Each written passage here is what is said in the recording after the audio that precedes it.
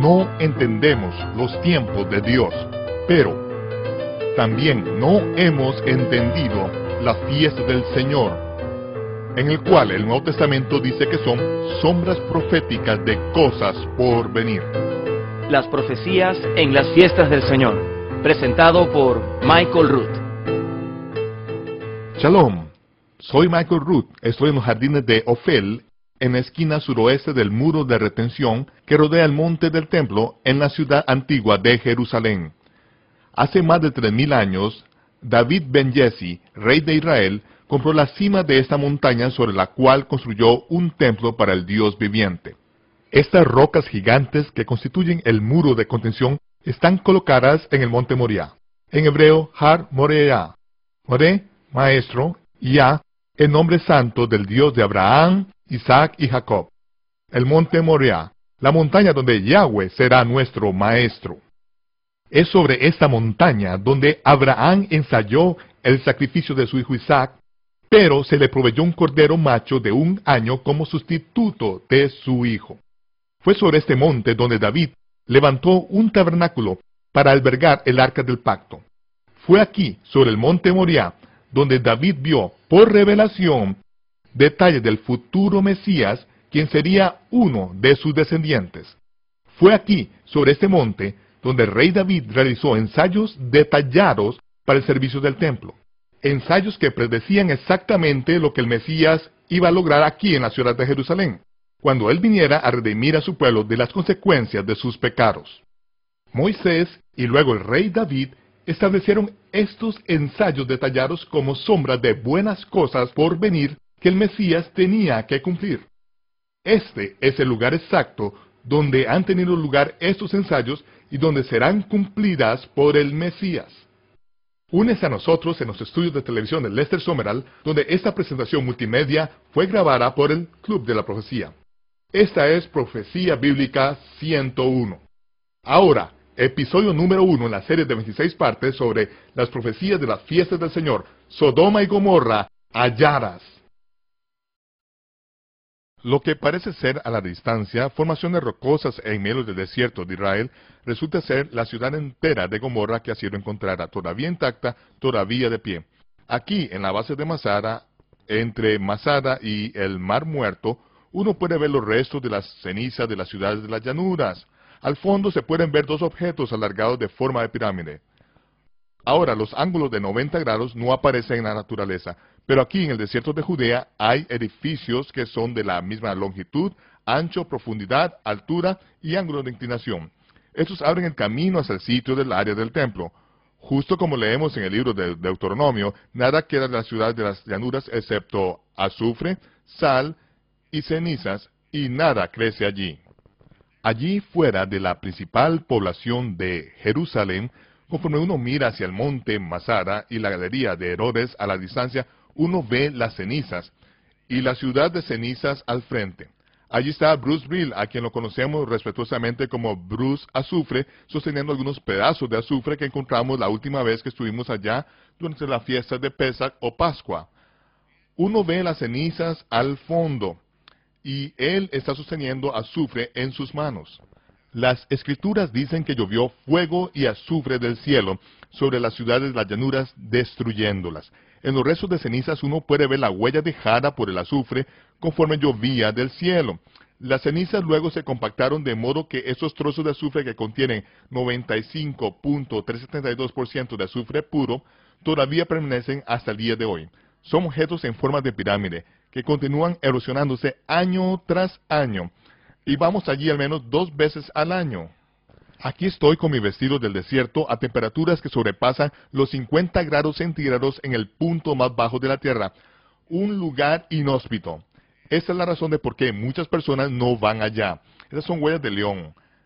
Los leones merodean en los restos desérticos de Gomorra, y aquí vemos las huellas de una leona y sus 2 cachorros. Como usted sabe, los leones comen gacelas del desierto y los seres humanos somos más lentos que cualquier gacela del desierto que yo haya visto. Aquí se ve la huella del cuerpo y 4 huellas de un león que estaba echado en las cenizas. Esa es la razón de por qué cada tarde antes del anochecer nos metemos en nuestra tienda de campaña de nylon, porque sabemos que el nylon mantiene alejados a los leones. Pero si eso no funciona, mi hija está sosteniendo una M16 automática y Bruce tiene una Magnum 357 a su lado. De modo que cuando vamos allá tratamos de estar un poco más preparados. Pero es como dijo Simón Pedro. Simón Kefa habló de las ciudades de las llanuras, Sodoma y Gomorra, diciendo que Dios ha dejado un ejemplo visible en la tierra de sus juicios justos. Y aunque Dios no hace llover fuego y azufre sobre cada generación en la cual hay maldad grotesca, por supuesto, sucede que vemos que Washington D.C. aparece en la televisión en las noticias de la tarde, lo cual es una prueba de que Dios no hace llover fuego y azufre inmediatamente sobre cada generación malvada. Pero Dios sí dejó un testimonio sobre la tierra de que Él es el juez. Y es el testimonio de Dios sobre todos aquellos que viven una vida de maldad. Tengo en mis manos un pedazo de azufre que fue recuperado de la ciudad de Gomorra. De hecho, tengo la colección privada más grande del mundo de azufre fuera de la ciudad de Gomorra. Este pedazo de azufre tiene 95.72% de azufre puro con rastro de otros 3 metales. Se quema a una temperatura extremadamente alta. De hecho, cometimos el error de encender un pedazo cuando regresamos a Jerusalén hace varios años. Encendimos el azufre, un pedazo pequeño en el nivel inferior de un hotel en el distrito judío, y cuando todos empezaron a ahogarse, salimos del edificio sacando el azufre porque de repente sentíamos que lo estábamos inhalando y que era venenoso y muy mortal. Lo sacamos a la calle y dejamos que se extinguiera, y es la última vez que enciendo azufre dentro de un aposento. Esto es lo que Dios ha dejado como testimonio en la tierra. Conforme la ciudad empezó a colapsar, las cenizas dejaron el azufre al descubierto. Las cenizas y el azufre quedan hoy para nosotros como recordatorio visible del juicio justo de Dios.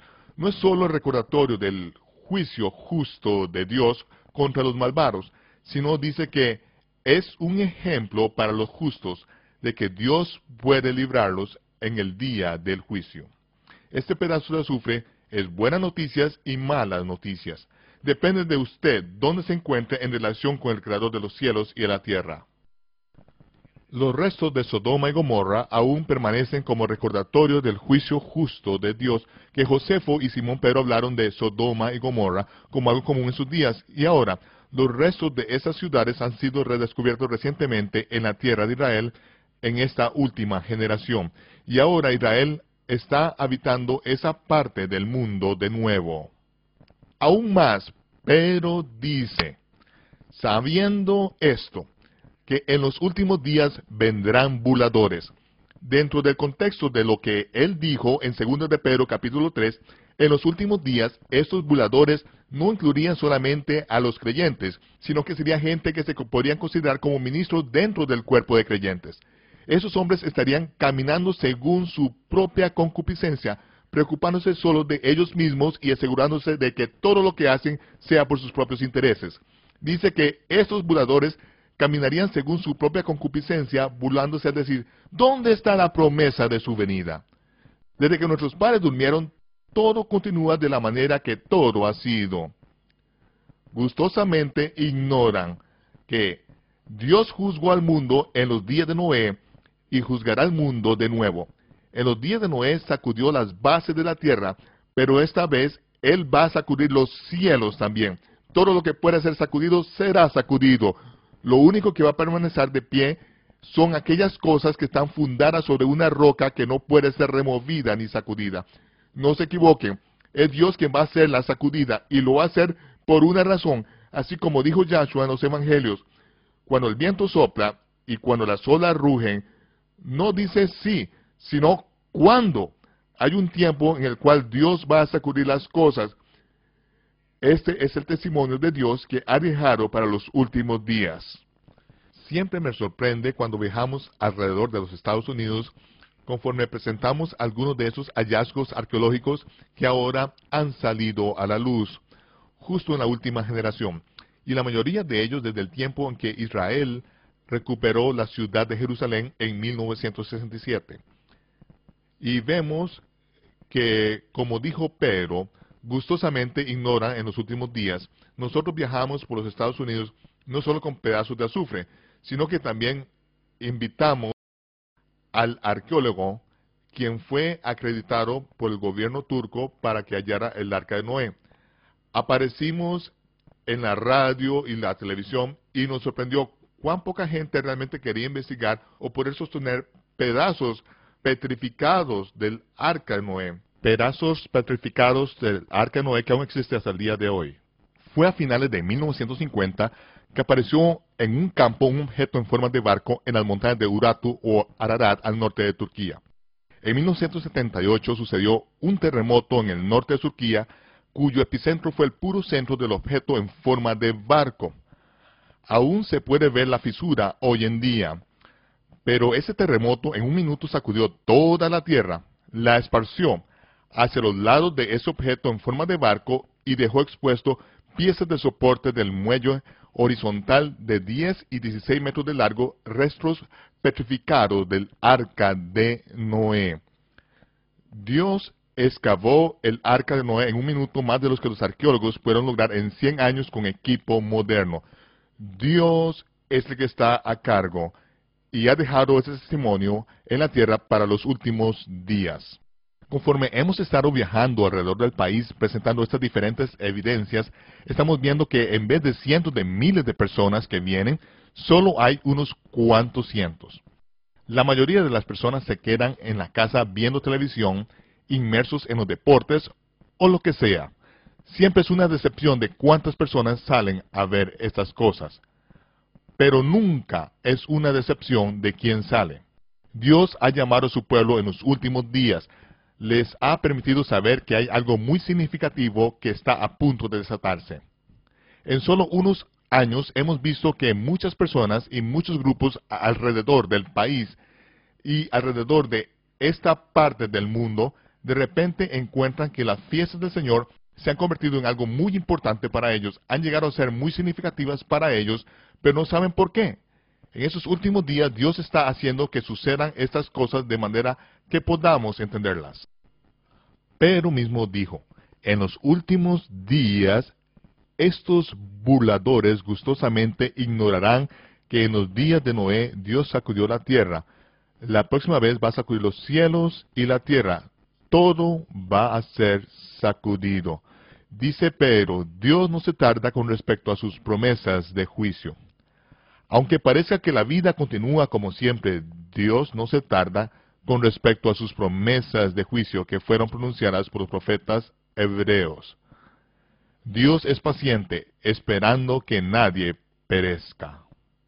Pero hace una declaración profética relacionada con los últimos días. El retorno prometido del Mesías. Es la única declaración que él hizo cuando dijo, hay algo que no debemos ignorar. Dijo, de esto no debemos ser ignorantes, que un día para el Señor es como 1000 años, un milenio, y 1000 años es como un día. Simón Kefa, Simón Pedro, estaba hablando exactamente lo mismo que los rabinos hebreos han enseñado durante miles de años. Dios creó los cielos y la tierra en 6 días y el séptimo descansó. Eso significa que el hombre tendrá su turno de gobernar y reinar en la tierra por 6000 años, y el Mesías reinará en el séptimo o sábado milenial, el día milenial o milenio del Señor. En el libro de Barnabás, quien fue un seguidor judío de Yahshua de Nazaret del siglo I, también dice lo mismo. Dios creó los cielos y la tierra en 6 días y en el séptimo descansó. Dijo que el Mesías reinará en el séptimo sábado milenial, el día o milenio del Señor, que se entiende a través de las escrituras hebreas. Los seguidores judíos del Mesías durante el primer siglo no estaban engañados de que el Mesías regresaría en cualquier momento. Ese engaño en su mayor parte es una fabricación cristiana gentil occidental que ha sido extrapolada de la enseñanza teológica más bien que de las sagradas escrituras.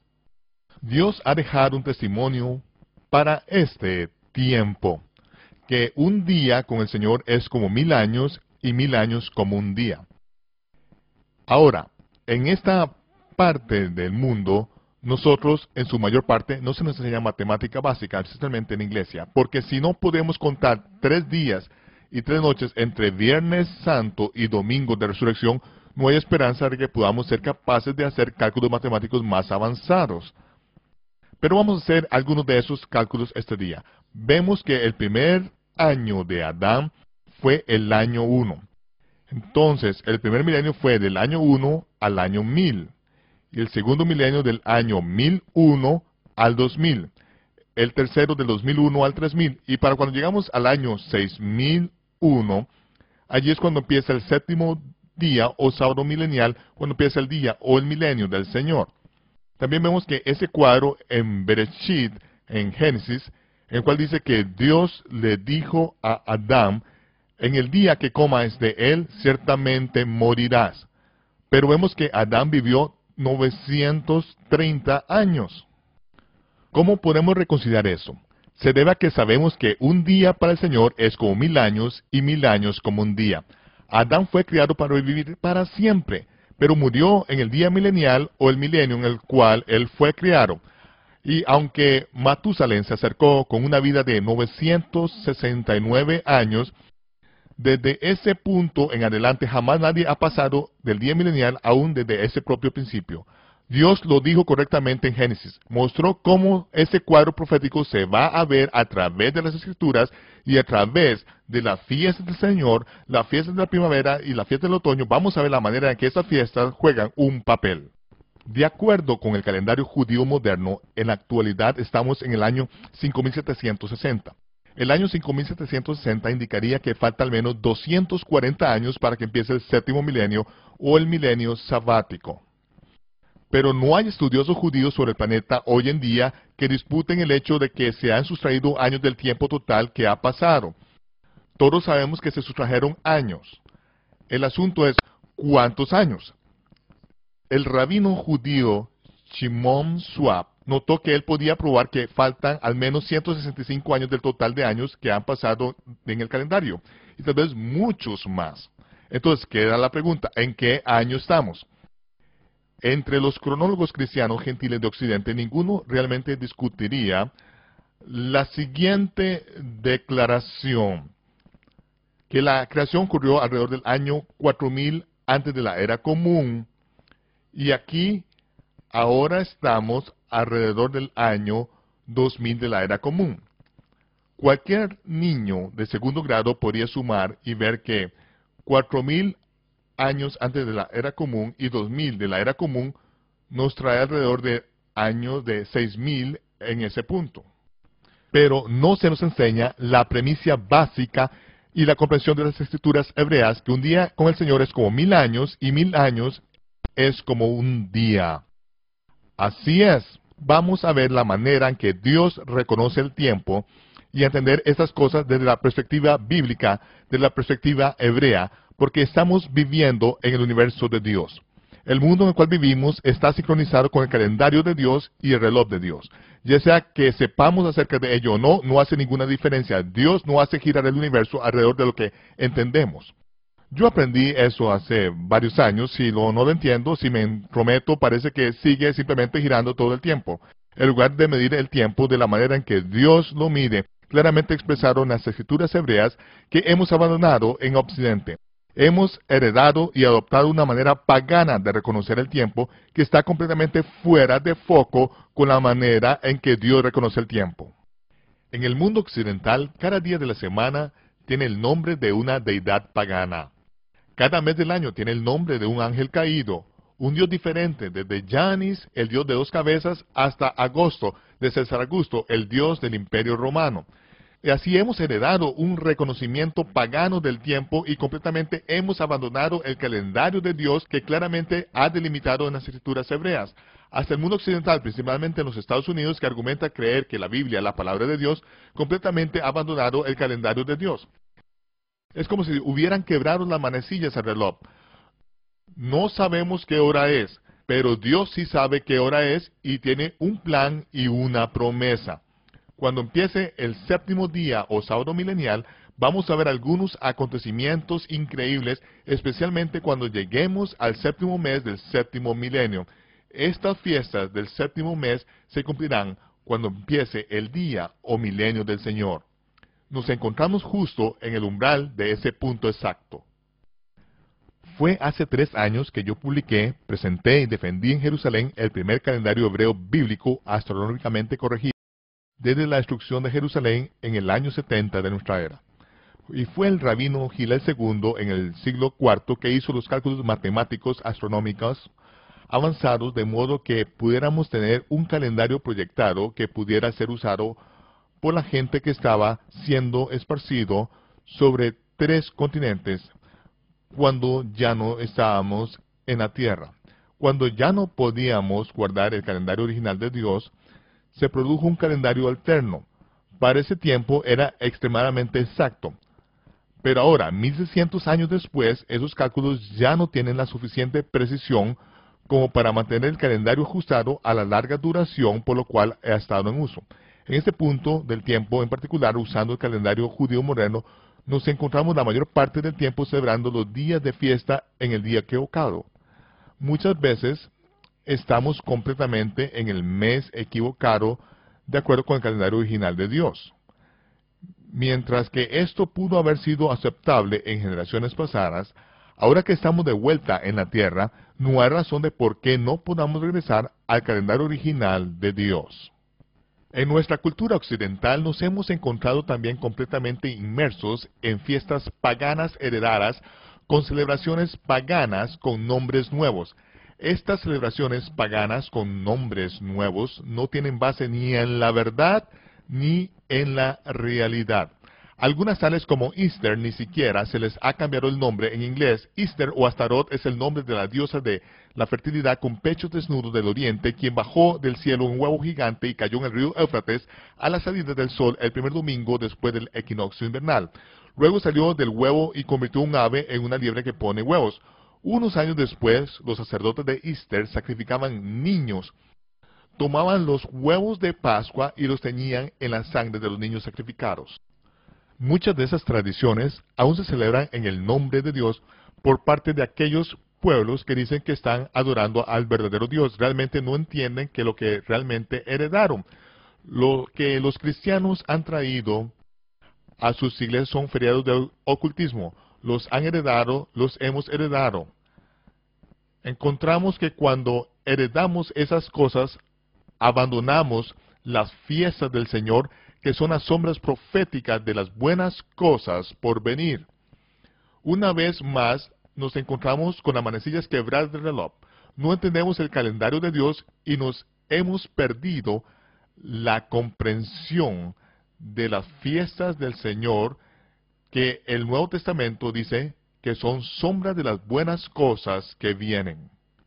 Así que Israel entendió durante siglos, durante generaciones, que cada una de las fiestas del Señor era un ensayo santo, una convocación santa, lo cual es un mikra santo o ensayo santo, que nosotros vemos hacia atrás en las cosas buenas que sucedieron en el pasado, tales como la Pascua cuando salimos de Egipto. Entendimos estas cosas como cosas buenas que sucedieron en el pasado, pero hasta que se cumplieron las fiestas de la primavera, no entendimos que también son sombras de lo que el Mesías debe de cumplir cuando el Mesías regrese, cuando el Mesías retorne. Ahora vamos a recibir una comprensión, una perspectiva de esto, porque vemos en el Evangelio de Juan, Yochanan fue un seguidor judío del Mesías judío durante el siglo I.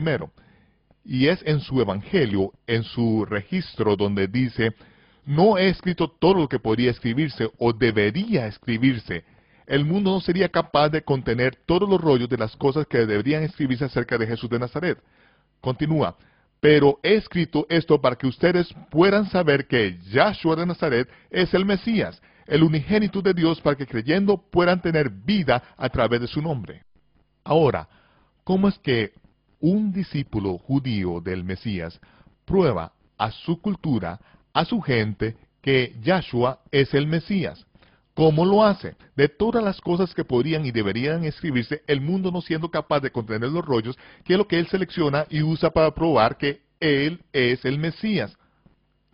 Juan muestra cómo Jesús de Nazaret cumplió las fiestas del Señor durante la primavera, en la manera en que habían sido ensayadas año tras año, siglo tras siglo, por más de 1000 años. A todo Israel se le exigía que subiera a Jerusalén a celebrar las fiestas. Estos ensayos cada año, cada uno de las fiestas era una sombra profética. Cada una de estas fiestas estaba inmersa en esta expectativa. Esta podría ser la vez cuando se revela el Mesías. Cada vez que veníamos a las fiestas, era con esta expectativa. Este puede ser el año. Subíamos y nos purificamos. Hacíamos el mikvah, nos sumergiríamos o bautizaríamos antes de que empezaran las festividades, esperando que tal vez ese sería el año que vendría el Mesías. Vemos que el Evangelio de Juan da detalles de cómo Yahshua de Nazaret cumplió cada detalle de las fiestas de la primavera en la manera en que se habían enseñado durante miles de años. Michael Rood regresará en tan solo unos momentos. Los 4 evangelios narran de cómo el Mesías cumplió las sombras proféticas de las fiestas del Señor durante la primavera, tal como fue ensayado por los judíos desde el tiempo del rey David hasta la destrucción del segundo templo por Roma. Cuando entendemos las complejidades de las sombras que el Mesías ya había cumplido, estaremos preparados para explorar las sombras proféticas de las buenas cosas por venir en el futuro, conforme el Mesías cumple las fiestas del Señor del otoño, según se registran en el último libro de las Escrituras Hebreas, el libro de Apocalipsis. Lo invitamos a usted a que se una con nosotros nuevamente la próxima vez para el episodio número 2 en la serie de 26 partes sobre las profecías de las fiestas del Señor, como ladrón en la noche. Este es Michael Rood, desde Jerusalén, deseándoles shalom, paz. Nos vemos cuando se despeje el humo.